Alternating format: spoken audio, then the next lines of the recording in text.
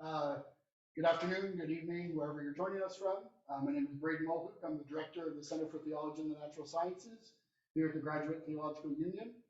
And we're very thrilled to have you here today to join us for the annual Russell Family Research Fellowship in Religion and Science. This program brings an internationally distinguished scholar in science and religion to the GTU annually. And since 1981, Russell Fellows have been in residence at CTNS GTU every year except for some of the time during COVID, to conduct research, teach doctoral and seminary courses, and present public lectures at the GTU and other San Francisco Bay Area locations. The annual Russell Family Fellowship in Religion and Science was created in memory of John K. Russell, 1896 to 1958. Mr. Russell, born of Italian immigrants, was an industrial engineer and humanitarian. In 2015, the J.K. Russell Research Fellowship in Religion and Science was renamed the Russell Family Fellowship in Religion and Science to honor the contribution of the entire Russell family as a whole to this annual fellowship. Unfortunately, our founder and first director, Bob Russell, is traveling today and is unable to join us. But he sends his regards to all of you and his congratulations to Brian as this year's fellow. So the 2023-2024 Russell Family Fellow is Dr. Brian Patrick Green. Brian is a director of technology ethics at the Markkula Center for Applied Ethics at Santa Clara University and teaches ethics in Santa Clara University's Graduate School of Engineering. Let's play a game and see how many times you say ethics in this bio. His work focuses on AI ethics, technology ethics in corporations, the ethics of space exploration and use, the ethics of technological manipulation of humans, the ethics of mitigation of and adaptation towards risky emerging technologies, and various aspects of the impact of technology and engineering on human life and society, including the relationship of technology and religion, particularly that of the Catholic Church. Dr. Green is an author of the book Space Ethics, published in 2021, co-author of Ethics in an Age of Disruptive Technologies, an operational roadmap, the ITEC Handbook, published in 2023, co-author of the Ethics of Technology Practice, 2018, Corporate Technology Ethics Resources, contributing author to Encountering AI, Ethical and Anthropological Investigations, which is forthcoming hopefully this year, co-editor of the book Religious Transhumanism and Its Critics, 2022, and co-editor of a special issue of the Journal of Moral Theology on AI, also in 2022. Brian has been a lead contributor on 3 World Economic Forum case studies on ethical practices at Microsoft, Salesforce, and IBM, and has worked with the Partnership on AI, the Vatican's Dicastery for Culture and Education, and technology companies ranging from startups to the largest. He also supervises undergraduate fellowships at Santa Clara in technology ethics and environmental ethics. Brian has a doctoral and master's degrees in ethics and social theory from the Graduate Theological Union in Berkeley, and his undergraduate degree is in genetics from the University of California, Davis. Between college and graduate school, he served for 2 years in the Jesuit Volunteers International, teaching high school in the Marshall Islands, where he saw firsthand the devastating impacts of unethically used technology, nuclear weapons, and fossil fuels on the people and their nation. Brian has been published, interviewed, or mentioned in media, including America, Ars Technica, The Atlantic, Axios, Big Think, CNN.com, 538, Forbes.com, Fortune.com, KCBS, NBC Bay Area, NPR, Nature, the San Jose Mercury News, Smithsonian.com, the Wall Street Journal, Wired Magazine, World Economic Forum website, and WNYC.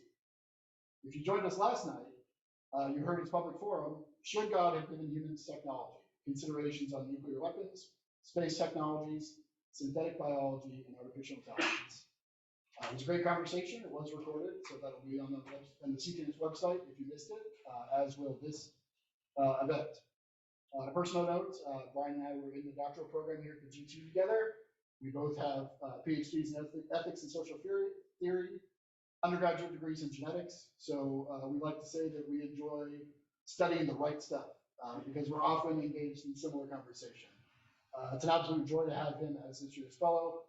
Please welcome me. Please join me in welcoming Brian.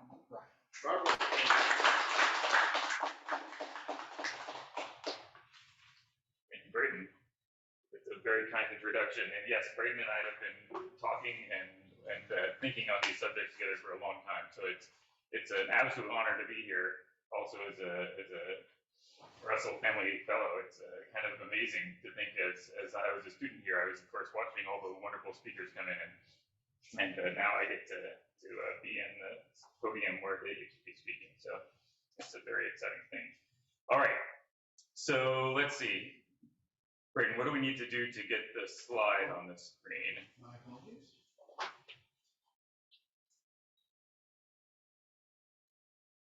We will just minimize the zoom and. Do you need to screen share this? Oh, yeah. Screen share, that's right. Sorry. One with touch screens is I'm not completely used to them. So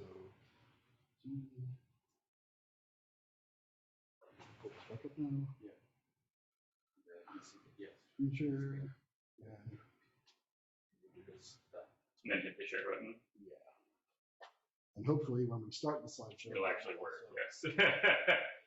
Okay. So those who are on Zoom, can you see the actual slide and not the presenter mode, not anything else?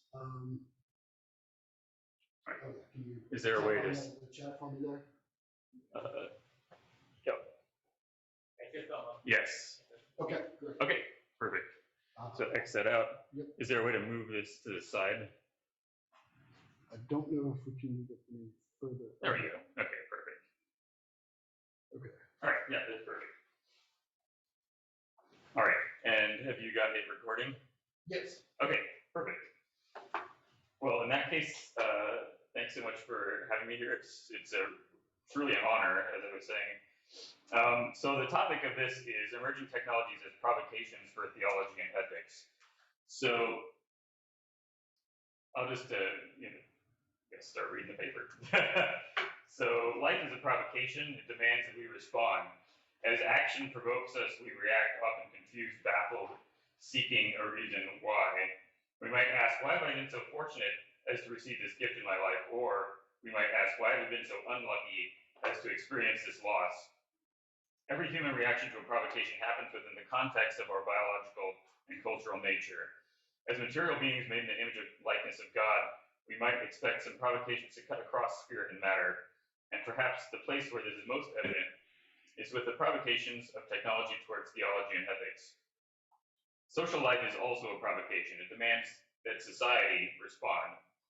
While technological provocations can be extremely significant on the individual level, as when weapons kill or maim, at larger orders of magnitude, they demand orders of magnitude more attention, even that of all of humanity. The technologies of this age are provocations of this sort. They are disruptive in the basic sense of the word, damaging or destroying foundational structures, social, economic, moral, political, even physical. The destruction can be creative, replacing old with better and new, but all change is disruptive and should be managed in ways that promote the common good for humanity and the environment. Contemporary technologies, like humans ourselves, are intrinsically social. While isolated individual humans might be able to make stone tools, sharpen sticks, and so on, eventually the individuals will die and their technology will be buried or decay. Contemporary technology often suffers the same fate, but before that happens, it is ideated, designed, prototyped, developed, tested, released, and iterated. Those generating the technology are not its only users, and the users of the technology might not be the ones who are buying it, nor the ones who are affected by it. Weapons technologies are a classic example of this. The defense companies build and sell the technology, governments buy them, military personnel use them, and opponents or enemies are subject to them.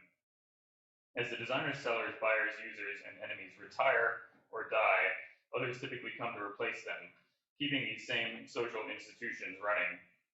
This is not the technology of an individual or a tiny group of hunter-gatherers. This is the technology of empires and worlds, and mythically speaking, gods. So when Zeus or Thor threw lightning bolts, humans cowered in fear. But now the lightning works for us, to quote Mark Andreessen, who just published a very interesting thing called the Techno-Optimist Manifesto. If you want a little bit of psychological insight into the tech industry, you should take a look at it. So, on Earth, speaking in orders of magnitude, there are over 1 billion lightning flashes per year. Each bolt contains between about 100 million and 1 billion joules of energy. If we want to be generous to the lightning gods, we'll say this amounts to approximately 1 billion times 1 billion, which is 10 to the 18th joules of energy per year. In contrast, humanity generates about 6 times 10 to the 20th energy per year, about 600 times more than the total for lightning. Even if we were to limit human energy production just to our electrical output, it would be 1 times 10 to the 20th joules. The gods are quite deficient in this way. They'd 100 times, Zeus would be 100 times weaker. So they might be humbled to the point of shame. Prometheus, on the other hand, would be quite pleased.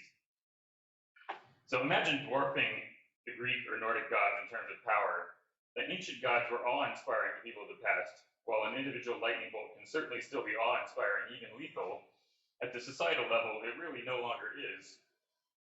Humanity is collectively hundreds of times more powerful than all the world's lightning. This might provoke us to wonder at what we have become. Being provoked itself has no intrinsically moral evaluation to it. We could be provoked by good, neutral, bad, mixed, or ambiguous things, and towards good, neutral, bad, mixed, or ambiguous things. While often dual use is talked about in technology ethics, in reality these provocations and responses are more of a multidimensional spectrum, and this confusion offers us much room for interpretation and conversation. But let us not think that this means that our project is not important. Far from it. The project is too important for only a few to consider, and also too important, to paraphrase yet reverse Wittgenstein, to do slowly enough. Indeed, time is of the essence, for as we grow in power and relatively decay in our ability to understand, interpret, derive meaning, and give purpose to that power, we reveal a doom that is already approaching, though it is not yet inevitable. I will approach the topic of technological provocations from technology in 2 parts. First, from the side of technology, and second, from the side of theology and ethics. So, section 2. Technological provocations, definitions, general purpose, and specific technologies. So technology is provocative, but what exactly is technology? As a start, technology is not just one thing. It's a word which represents a collection of notions which fall generally into 2 major categories. Just need to make sure I'm moving along. Oh, yeah, sorry. Here we are. So we're in technology now. All right. So technology is, first of all, know-how. The skills and knowledge of rational production and productivity, and second, it refers to artifacts, the products of that rational productivity. However, these 2 branches still obscure much. Human know-how is involved in speaking. It's involved in the production of stone tools, as well as in rocketry, orbital mechanics. We might ask, are these all really the same thing together, or is the notion of know-how really combining concepts which ought to be kept separate? Likewise, spoken words, selectively bred crops, stone arrowheads, and space probes are all artifacts. They seem like they might actually belong to different categories as well. Nevertheless, our language delivers them to us as suitable for one category. Next, some technologies are broadly useful, relevant to all of humanity because of their vast applicability. These are called general purpose technologies. Other technologies are more specialized and might be extremely powerful, but only in very precise ways. General purpose technologies are socially transformative in their extreme general applicability. They are platform technologies that many other more specific technologies can be built upon. Fire would be a prime example. When ancient hominins learned to control fire, they discovered a technology that could cook food, make light, create charcoal and ash for pigments or simple chemistry, fire ceramics, burn forests, burn enemies, and so on. But the use of fire did not stop with discoveries hundreds of thousands of years ago. Fire is so basic a technology that over time more uses were found, such as explosives, steam engines, and internal combustion engines. It is typical of general purpose technologies to continue to find new uses over time, becoming themes in human technosocial history. General purpose technologies typically do not reach their final form quickly. They take decades, centuries, even millennia, and continue to develop. Other examples of general purpose in technology include domestication of animals and plants, metalworking, writing, printing, mathematics, mathematization, including measurement, timekeeping, etc., logic, the steam engine, and so on. Non-general purpose technologies have only one or a few uses, such as nuclear weapons. These are more specialized technologies. They tend to be a subset of general purpose technologies.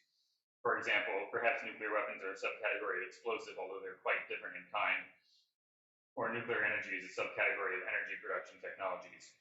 Again, our language seems inadequate for the conceptual work. Nuclear bombs are not like chemical bombs, and nuclear reactors and nuclear power plants are not like coal-fired furnaces and coal power plants. We seem to be somewhat mystified by our language. And this, of course, calls for us to think about how we might straighten out this mystification. What, then, are some technological provocations relevant to theology and ethics? Electricity. So returning to the topic of lightning, electricity is a general purpose technology that utilizes the flow of charge, and its uses range from electric lights to electronics, kitchen appliances, and cars. Electric technologies have not only have numerous uses and numerous technologies built upon them, but also are directly relevant to changing human lifestyle, such as allowing work and play to be done under artificial lights at night. Electrical production often stems from burning energetic fossil fuels, and in that way it's built upon controlled combustion technology and ultimately the control of fire. But electricity can also be made from other sources such as hydroelectric, wind, nuclear, and solar. As a general purpose technology, the provocation of electricity is extremely general. If we tame nature's electricity and vastly outperform nature in terms of electrical production, what does this mean for us? Although through science and technology, all of nature gradually becomes tamed, and the watery chaos of Genesis 1 is pushed back until eventually the sea is no more in Revelation 21. But through technology, we think that we extend order across the universe, but like the sorcerer's apprentice, perhaps it is only an illusion preceding an outbreak of chaos. We have enslaved lightning, but the lightning has no desire to serve. What does it mean to utilize nature for the sake of good? What does it mean to roll back chaos in favor of order? These questions are not exclusive to electricity, but the beautiful order of a functioning light switch does sometimes seem to be a thing of beauty. 2. Electronics. So while electricity can be found in nature in the form of lightning, electronics are completely artificial technology with no natural analog. Electronic circuits with logic gates, for example, permit the creation of computers, not only because they take logical functions, but only because they take logical functions, which are themselves a product of the human mind, and cast them into a substrate which is very unlike us. Electronics are unique, though, in their extreme artificiality. What does it mean for humanity that we invented electronic logic circuits? What does it mean for theology and ethics? The ability of humankind to externalize logic into electronic substrate should, I think, be viewed as a revolutionary theological act. It's akin to writing the first word, or more remotely, to God speaking something into existence for the first time. While the universe was created with innumerable potencies awaiting actualization, the advent of electronics was perhaps a surprising one. What more surprises await us by forming the matter given to us by God with our God-given minds for what are hopefully God-given good purposes? 3. Computers. Like electronics, computers, entities designed to process information and into inputs and outputs, have never previously been seen in nature, except perhaps in the analog of the animal nervous system and mind.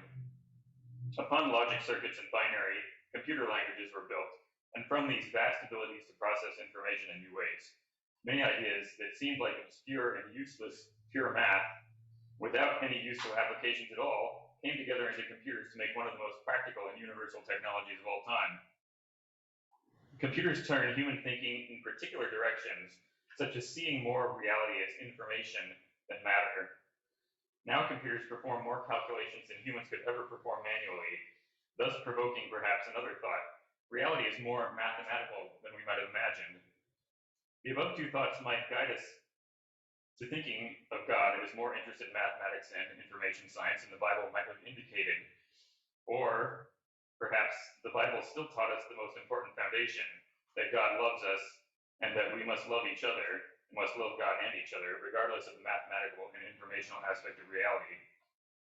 Those insights would come through reading the book of nature, as generations of natural philosophers, now scientists over centuries, have developed the scientific method and its historically theistic foundations that it's been built upon. as monks and others develop technologies to assist in their work.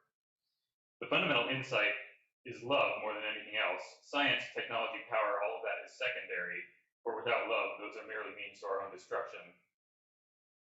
4. Networks and the internet. As computers proliferated, opportunities arose to combine them into networks, which could share information. The World Wide Web, of course, is the greatest of these networks, gathering together the planet into effectively one giant network, sharing information everywhere. All the networks together are the internet. And of course, and of note, given the existence of satellite internet and the International Space Station, it's not merely the planet that is in this web. The internet is actually quite a bit bigger than the Earth. Circuits transform into computers, computers into networks, scales grow until what was once mere solitary miracles, a logic gate and electronic substrate, become miracles of scale, while OpenAI has recently, perhaps too tritely, declared that scale is magic. There is a mind-bending truth to the claim. At certain points in scale, quantitative changes become qualitative changes. Or to quote P.W. Anderson back in the 1970s, more is different. And it really is true. Just as individual metal rings are merely rings, multitudes of them looped into each other, and notice the change in relational form also, can become chains, or even a fabric like chainmail, a vastly different thing than mere rings. The only difference is in the number and in the linkages. The provocation of networks is a provocation of quantity and relations. One molecule of water at standard temperature and pressure would not seem to be wet, but a very large number of these molecules at standard temperature and pressure is quite wet. Ice, of course, is not wet because it's not at the right temperature, so the relationship of the molecules is not the same. And gaseous water is also a different relationship. So the internet is a provocation of voices. What does it mean to be a hearer of the word or a bearer of it? If Jesus is the word of God, what do our individual words mean anymore in the midst of such shocking scale of billions of computers in a World Wide Web? The noise drowns out all the signals, but we must not allow the central signals of reality, those which make us human and call us to love God and each other, to be drowned out. The internet is a cacophony, and despite this, love still needs to be called out all the more. 5. Smartphones. Smartphones made computers shockingly, intrinsically mobile, putting computers into the hands of most people in the world, both developed and in the developing world. This mobility of computational ability allowed new affordances, and not just one-to-one communication ability, but powers such as navigation, access to the internet, one-to-many communications via social media, real-time news and disaster updates, addiction to apps that are always at arm's length away, and so on. Perhaps their most immediate effects, combined with the internet, is social flattening, as well as atomization and isolation. By continuously connecting with those further away, we are potentially alienating those near us. We talk with those we agree with more than those who are near us in terms of spatial proximity. While we wait in line, we text a person in another state rather than meet the person next to us. The cause and effect of the above is to give more attention to those we agree with and less attention to those we might disagree with. De facto, those we disagree with come to seem less worthy of our attention because there are always more people like us to attend to. We become de-skilled in communicating with those who are different than we are. And when we encounter them, our lack of skill causes anxiety, which damages the relationship even before it comes to exist. We flee back to the safe spaces of our filter bubbles, and the process of epistemological balkanization further fractures society. The curse of Babel is now in narrative form rather than language. The addictive quality of smartphones is also worth considering, though it is, of course, the apps on the phone which make this possible.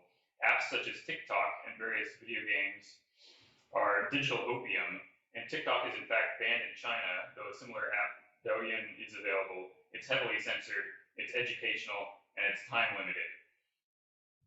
But it's just fine to sell digital opium to outsiders, and we outsiders just don't seem to be able to help ourselves.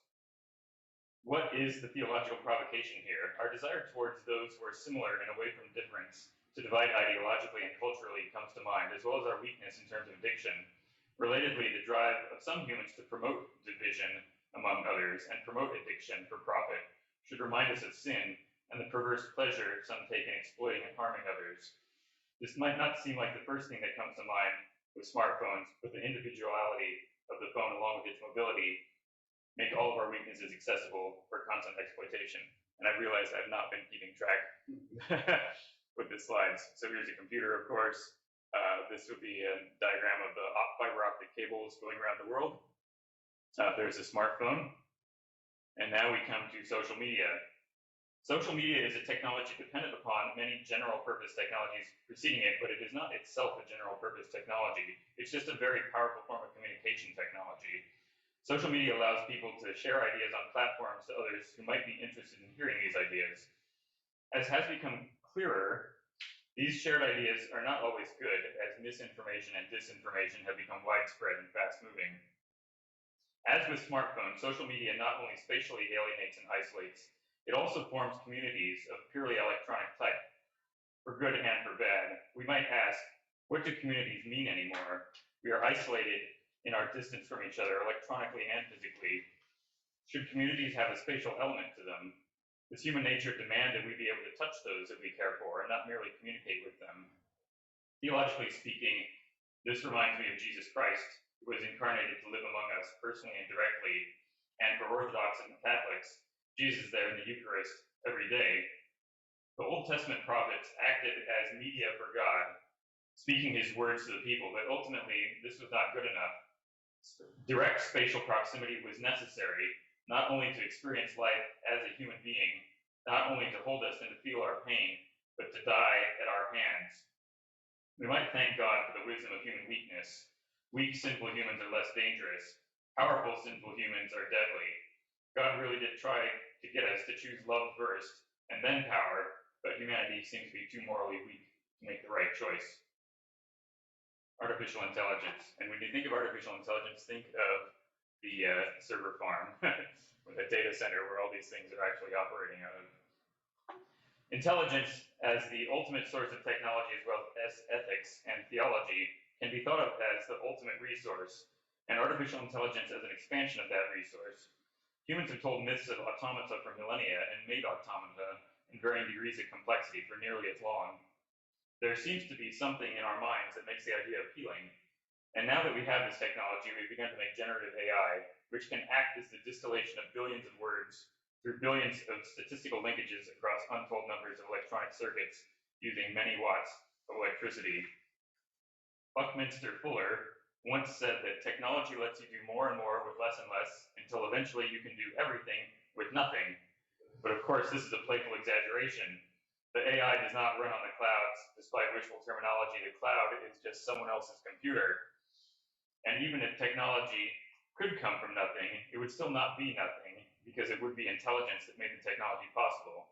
Technology does not appear on its own. Technology is created by intelligent minds who see a vision of what could be and make it so. Artificial intelligence raises all sorts of theological questions about humans imitating God to create our own intelligence, and maybe even conscious creations. But there is good reason to be skeptical of the idea of electronics being able to think. Electronic circuits in computers and networks are not alive. Consciousness is a property of living things, and what humans have created with AI is not alive. While certainly AI developers will make AI as human-like as possible, it will never be human in the way that matters, not in life and not in love. Except for one thing. There's a product called DishBrain, and you'll recognize this from the first slide. DishBrain grows mouse or human neurons across an electronic substrate up to 1 million neurons in size, fed with liquid food and then trained to play video games, the classic Pong. While AI on an electronic substrate will never become conscious, despite doing a great job of faking it, I believe, because it is not alive, synthetic biological intelligence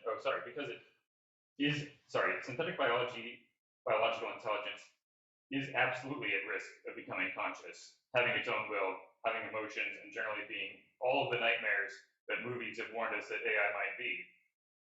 SBI is the advent of the cyborg in our world. Neither fully natural nor fully artifact, it harnesses the power of life as a tool for non-life. If the neurons are human-derived, we might well ask whether this is slavery or torture. And if they are animal-derived, we might ask, is this animal abuse? No matter the case, we should ask if this is what God would want humans to do with our power. Perhaps it is. Perhaps dish brains will grow into true artificially intelligent beings capable of love and friendship, and always being helpful, free of original sin, angels incarnate, or they might not. In either case, we are running the experiment right now. What does this mean for our humanity? What does this mean for our alienation from nature or for the technocratic paradigm?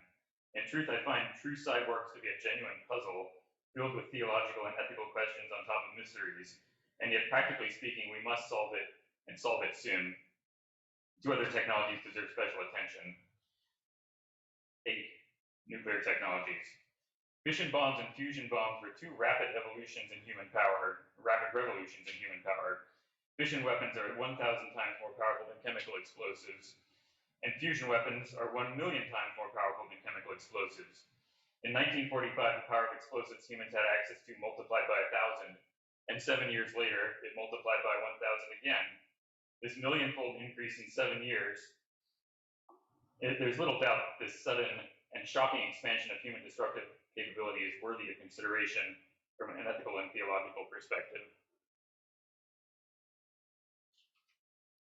Sorry, back up. Again, just to compare Zeus and Thor, the Nagasaki bomb's yield was 21 kilotons, or 8.8 times 10 to the 13th joules, 88,000 times more than the energy of a large lightning bolt. By contrast, the Ivy Mike shot, the first thermonuclear fusion weapon, was 10.4 megatons, or 4.4 times 10 to the 16th joules, about 1/16 of all the world's lightning per year. The US and USSR stockpiles during the Cold War each peaked in the late 1950s and mid-1970s, respectively, at about 20,000 megatons, 8.4 times 10 to the 19th joules, dwarfing the old gods' work for a whole year by 84 times. These weapons should provoke in us fear of doom, extinction, the end of all meaning and destruction of all the worth of those who have ever lived. It is a weight that is so repulsive that we might be tempted to disbelieve it and ignore it. Nevertheless, it remains, always waiting, never going away. The provocation is to think of our mortality, our extinction, and this provocation is too often rejected. I once heard someone note that in the 1960s, almost as soon as it became truly possible for humankind to destroy itself, the Catholic Church removed much of the language of sin, death, apocalypse, hellfire, and brimstone from its common vocabulary. It might have been a coincidence, or it might have been a real material fear replacing a spiritual fear. If God can destroy humanity, it's no problem. But if people can do it, let's not talk about it anymore. And this might be a bad approach in retrospect. Other provocations might seem to consider human depravity, hubris, and lack of foresight. The most truly evil weapons humans have ever created, weapons of genocide, we have sought after with trillions of dollars, while constantly on the brink of accidental war that would destroy not only our enemies but ourselves, which can indicate only one thing: the human heart's capacity for evil, hatred, and spite is only exceeded by its capacity for stupidity. 9. Space technologies, rocketry, satellites, and exploration. This is the James Webb Space Telescope. Space has been a provocation to theological thinkers of the 20th and 21st centuries, including Paul Tillich, John Cobb, Ted Peters, sitting right there, Bob Russell, and others, and remains a provocation today. How could exploration of the heavens not be theological? The sky was the home of many ancient gods, and looking skyward even today can leave one with a sense of wonder beyond much of what we see on Earth.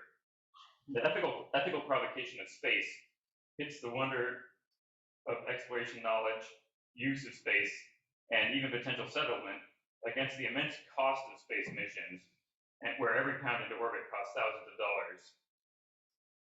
Anything up there better be worth it, and yet the dollar value are almost always measured against intangibles like scientific knowledge, the value of military superiority, or the value of spreading human life afar. The value of knowledge about God's creation is another intangible. What is it worth to know more about God's handiwork? The question cannot be compared to dollars in any simple way. There's just no equivalence. At the most fundamental level, space asks us what humans are doing here in the universe.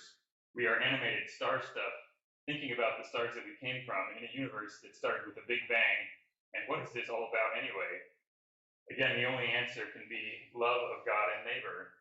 Our neighbors will always require our attention, as will God and God's creation. Indeed, paying attention to God's creation ultimately benefits our neighbors as well, as many NASA spin-off technologies have demonstrated.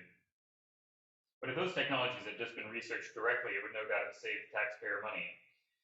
In the end, the monetary argument for space is both commercial, but even more so military, holding the ultimate high ground, which might deter our enemies, and paying for much less losing a war is very costly.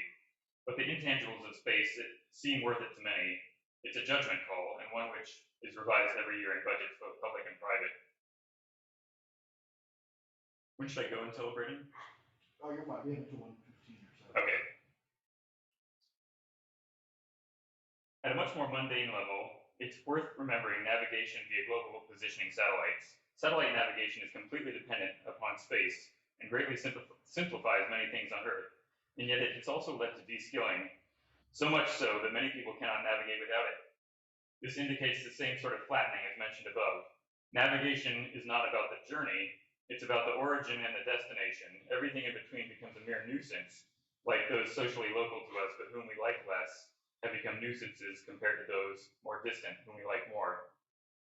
Technologies give us what we want, but we might well ask if what we want is good for us.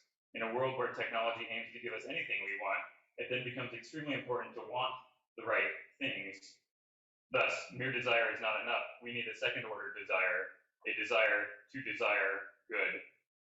Since the time of the Decalogue, covetousness has been a sin, but today, when covetousness is encouraged by marketing and technology aims to grant our every wish, these ancient rules gain currency. Before we can want the right things, we have to want to want.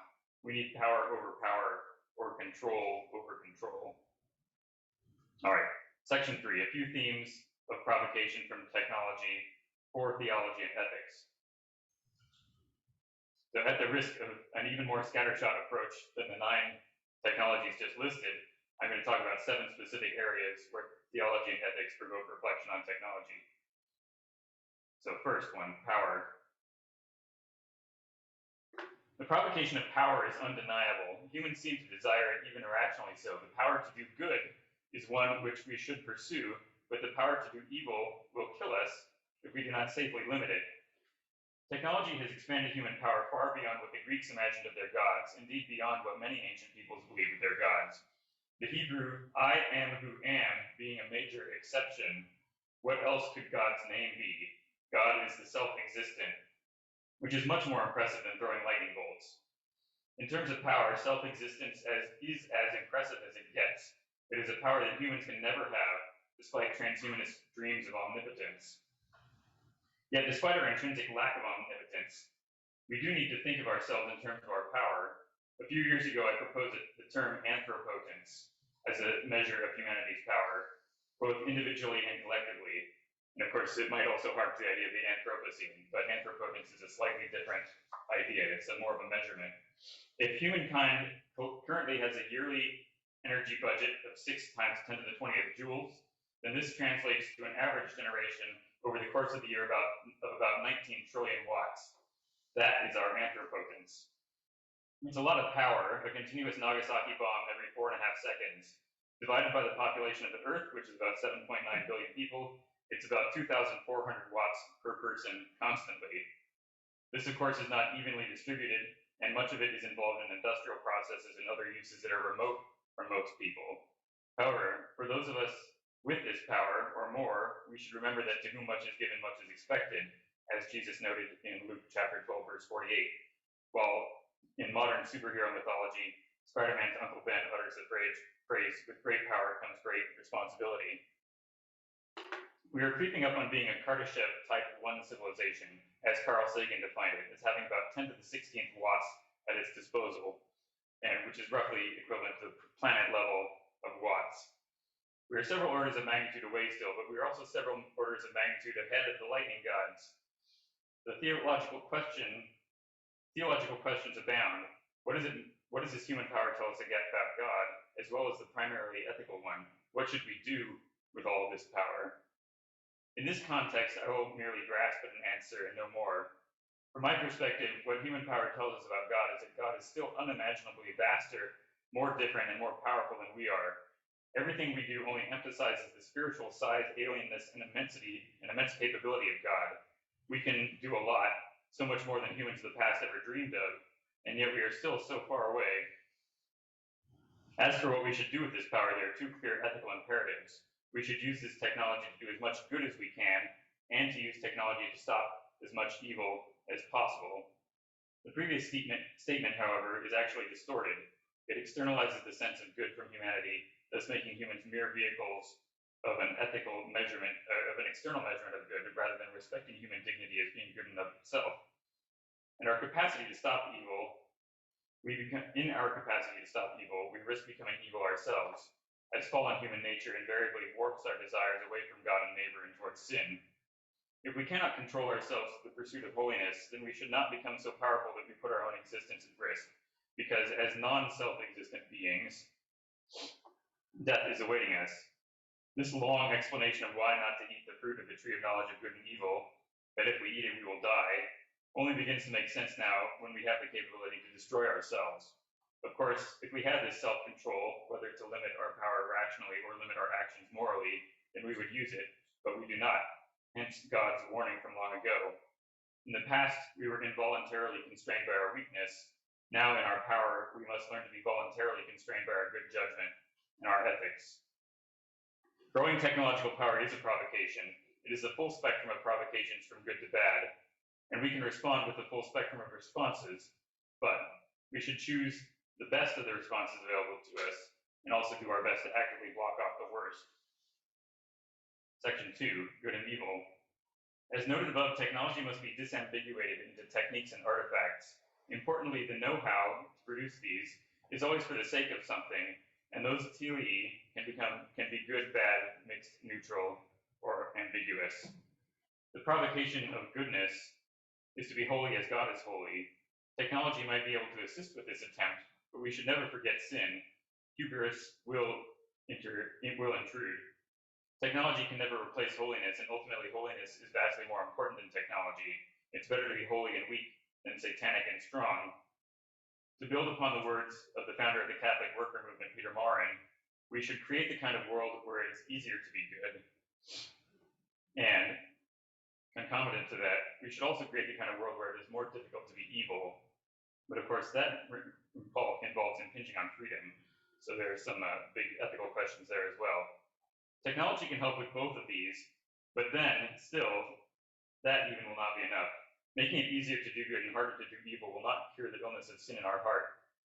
And we can quote Alfred in The Dark Knight, "Some men just want to watch the world burn, hence the need to make evil more difficult."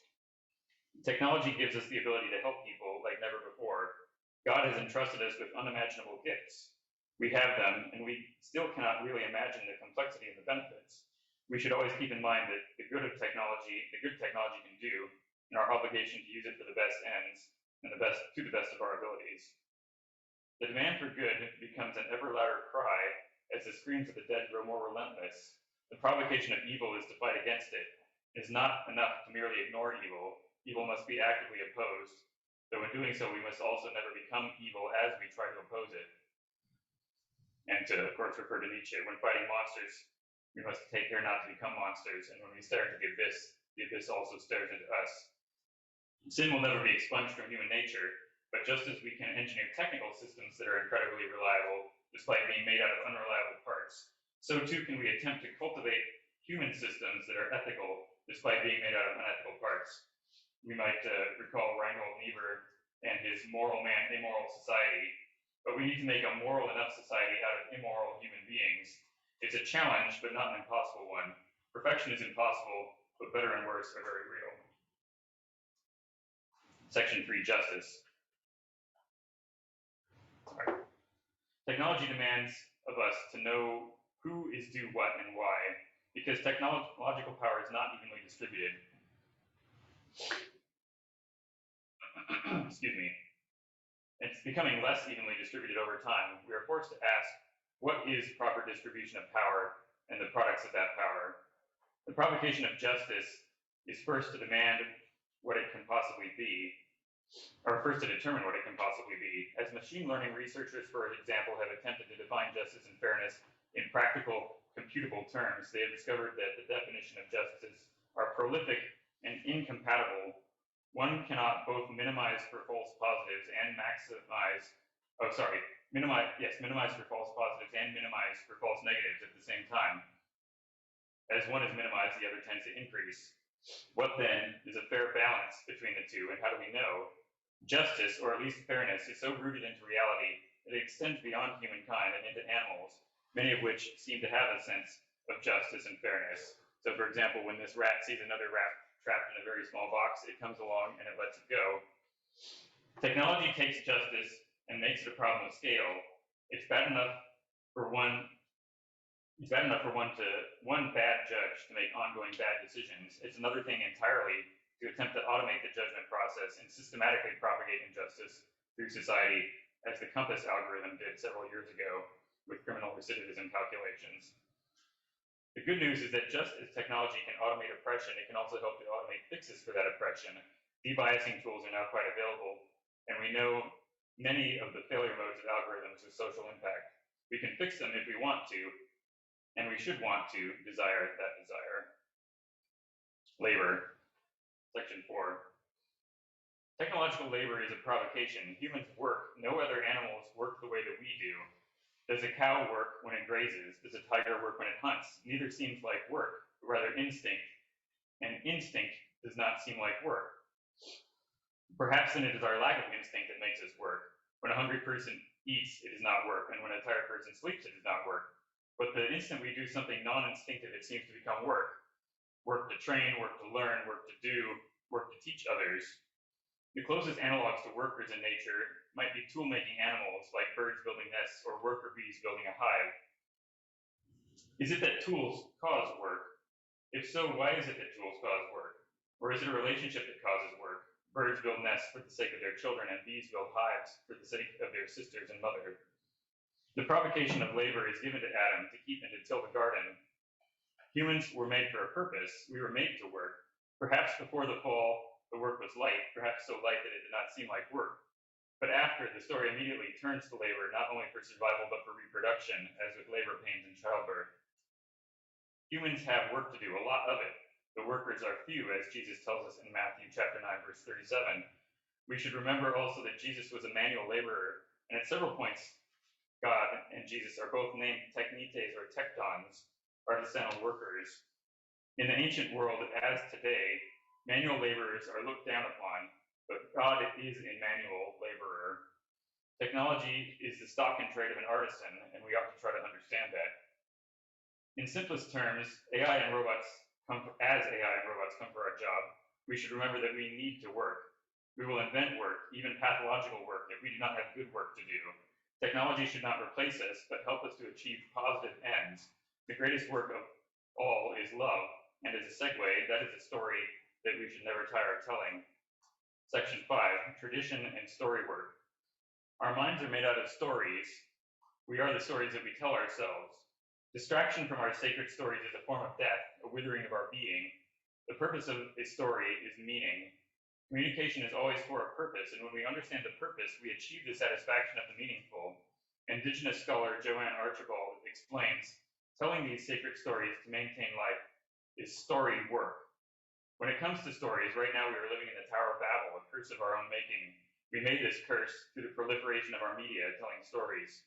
We have so many stories now that we do not hear all of the same ones. Indeed, it would be impossible. More stories are told every day on YouTube and TikTok and everywhere than any person could ever view.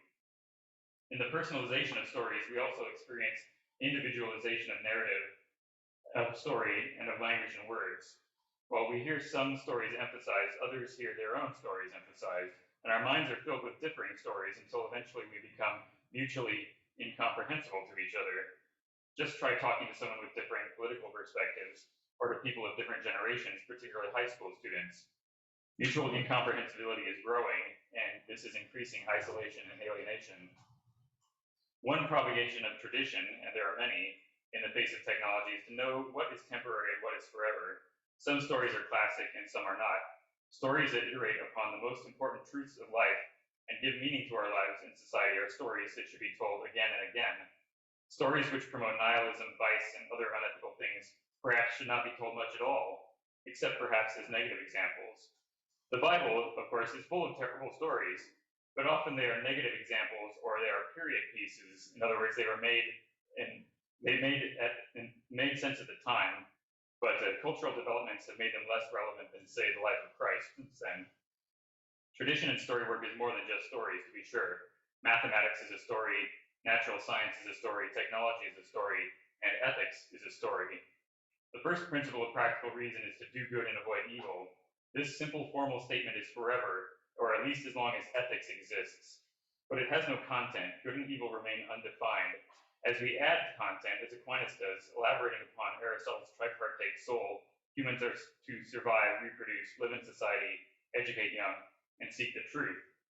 These also seem to be timeless and intrinsic to human nature. If any humans exist, these are the 5 goals of their group at minimum. In more contemporary language, these might be reformulated.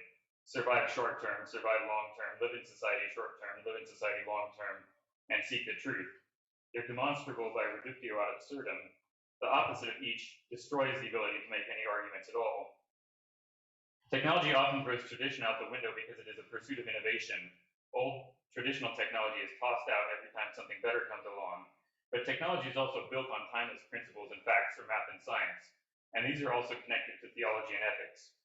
In one way, technology is temporary, but ethics is forever. And in another way, technology is forever, since humans utterly depend on it for each of the 5 inclinations. And ethics is temporary, since every generation must learn it anew. The philosopher Hans Jonas states that the more closely a phenomenon of collective life is related to morality, the less certain is progress in it. Stories give identity, and right now the proliferation of stories has yielded a proliferation of identities, a proliferation of differences, and a proliferation of separations based on those differences. This is not to disparage difference. Indeed, freedom is important. But descriptively speaking, at least in our current technological time, freedom leads to difference, and difference leads to separation, and the corrosive effects of separation upon community. One only needs to look at the political situation in the US to see the work of differing narratives upon the separation of communities and its damage to the human psyche. Belonging in community, isolation, loneliness, and alienation. In the past, some humans were perhaps never alone in their entire lives. In fact, this was probably normal for most of history. To be alone is to lose some of the most important aspects of our humanity, our ability to communicate and cooperate, as well as the assurance of being with people we can trust. And yet sometimes, even in groups, we feel alienation. We struggle to feel at home in the universe. Despite being made out of the stuff of the stars, the matter of the Big Bang and the rest of the planet, we do not feel at home. Something has gone wrong. Our religions, great and small, try to explain it. Is it because of our finitude, that we are but pieces when we want to be a whole? Is it because of our exploitative mindset, always looking at the world in terms of how we can use our tools for our desires? Is it sin or weakness or fear? The provocation of loneliness is a desire for connection. Humans must live in society. We must live in relationship. Humans want community and belonging so much that we are willing to die for it, in fact, kill for it. If we cannot find a good version of community, we will find a pathological version, and technology is certainly willing to step in, whether in the form of biblical idolatry or contemporary social media. Humans are social creatures, and promiscuously so, seeking communication partners wherever we go, anthropomorphizing everything we can, including our artifacts, so that we can socialize with them. We talk to non-human living things and non-living objects all the time, so it is normal that we would talk to our computer screens with humans on the other side.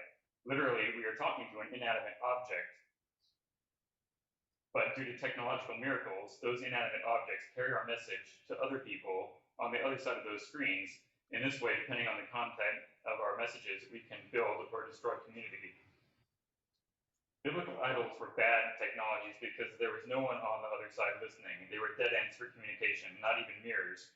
Prayer, which uses no technology other than language and concepts, we believe to be effective because God is on the other side. If God were not on the other side, then prayer would be a bad technology too.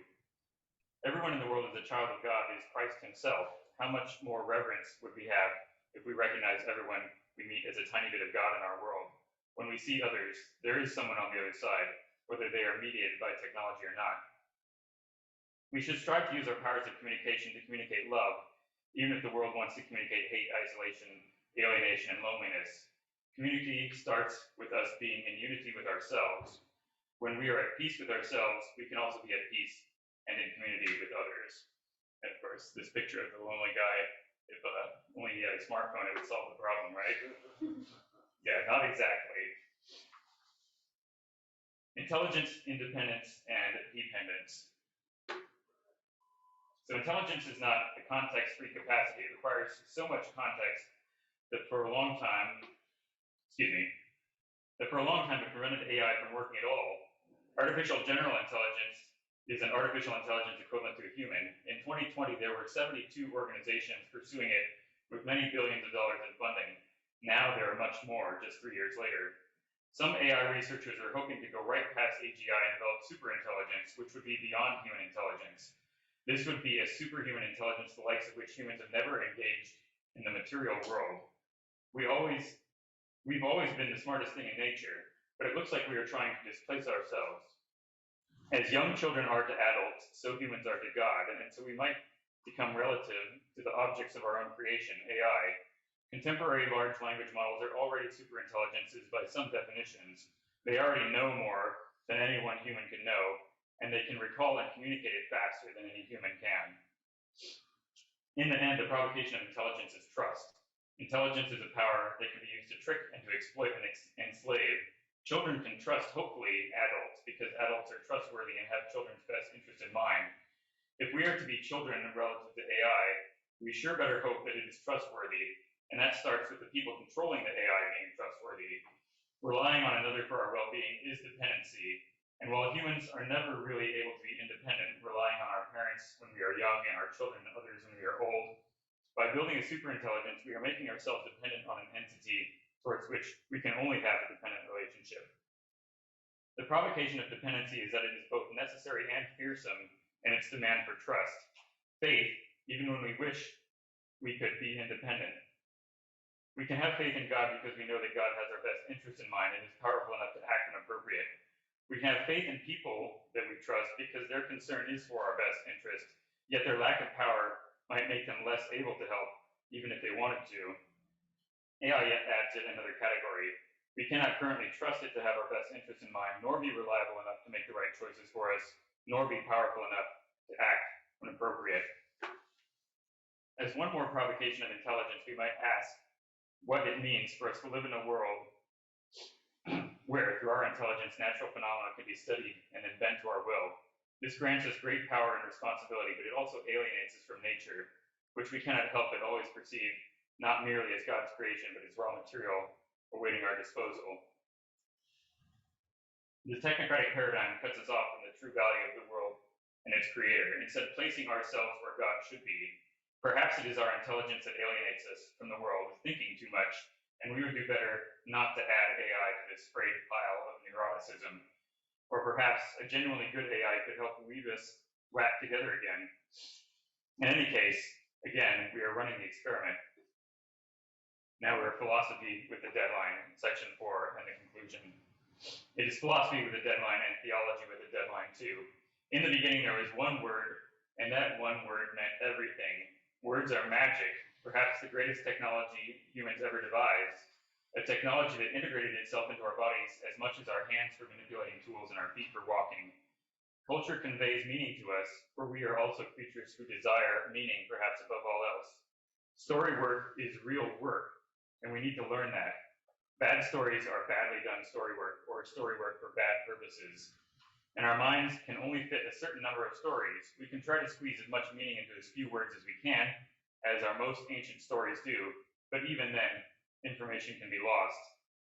This is the data compression of culture. How much meaning can be put into one word? And perhaps also the reverse, how much meaning can be expunged from many words? As we reach the end of this paper, we might well ask. Because for the infinite, we are always just beginning the search. The source of meaning is God's infinite meaning, because God is the whole to which we are all a part. The parts can never make sense without the context of the whole. In our world today, we have lost the whole, and we only have parts, and even those parts are confused, and technology has lit this confusion on fire.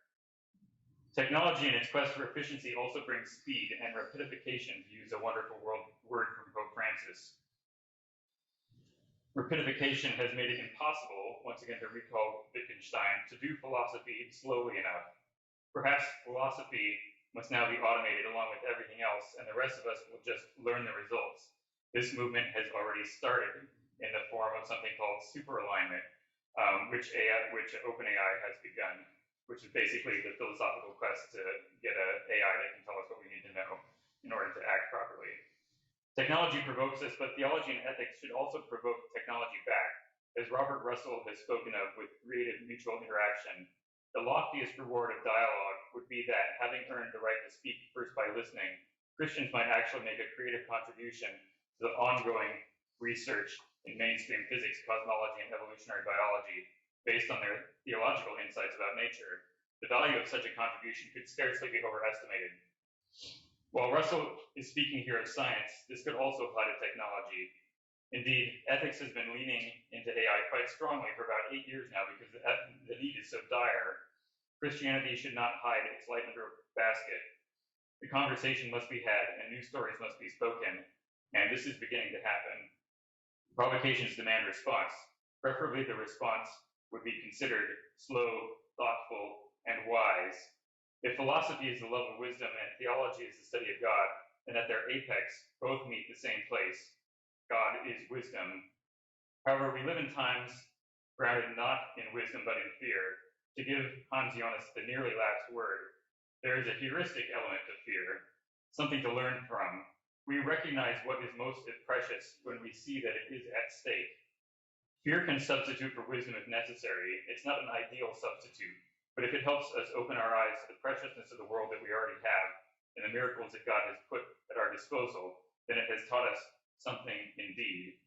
God has a lot of faith in humanity. Let's not let God down. And I'm done. Thank you.